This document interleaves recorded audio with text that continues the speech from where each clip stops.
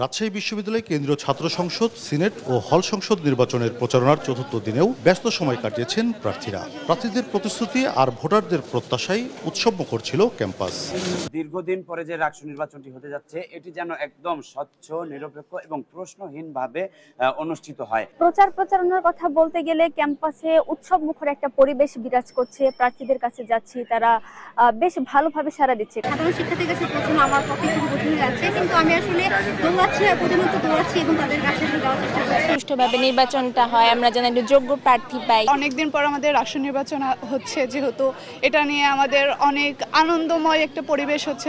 বুধবার দুপুরে প্রধান নির্বাচন কমিশনারের সঙ্গে বৈঠক করেছেন বিএনপিপন্থী শিক্ষকরা। ভোট সুষ্ঠু করতে দিয়েছেন বেশ কিছু প্রস্তাবনা। ডাকসু এবং জাকসুতে যে ঘটনাগুলো ঘটেছে, মূলত সেই ঘটনা যেন পুনরাবৃত্তি না ঘটে এবং সেই ঘটনাগুলো যেন আবার এই রাজশাহী বিশ্ববিদ্যালয়ে ঘটে কিছু অঘটন না ঘটে। একটা অনাকাঙ্ক্ষিত ঘটনা ঘটে গেছে জাহাঙ্গীরনগর বিশ্ববিদ্যালয় ভোট কাউন্টিং করতে যায়, সেই সব বিষয়ে আমরা কনসার্ন ছিলাম এবং সেই সব বিষয়গুলোই আমরা অ্যাড্রেস করেছি। এদিকে রাষ্ট্র নির্বাচনকে সামনে রেখে আইন শৃঙ্খলা নিয়ন্ত্রণে রাখতে রাজশাহী বিশ্ববিদ্যালয় পরিদর্শন করেছেন পুলিশ কমিশনার। বিএনপিপন্থী শিক্ষকদের পরামর্শগুলো আমলে নেওয়ার কথা জানিয়েছে কমিশন।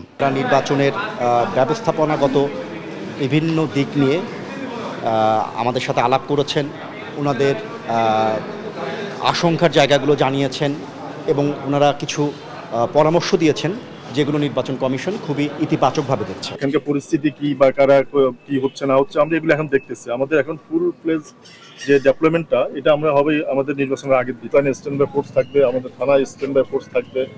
এর বাইরে আমাদের যেখানকার অন্য জেলা এনফোর্সিং এজেন্সি আছে, আমাদের র্যাব আছে, আমাদের বিজিবি, অন্য এপিবিএন আছে, তারাও থাকবে। রাষ্ট্র নির্বাচন অবাধ, সুষ্ঠু, গ্রহণযোগ্য করতে দুপুরে ছাত্রদল সমর্থিত ঐক্যবদ্ধ নতুন প্রজন্ম প্যানেল 6 দফা দাবি জানিয়ে নির্বাচন কমিশনে স্মারকলিপি দিয়েছে। কাজী শাহেদ, দেশ টিভি, রাজশাহী।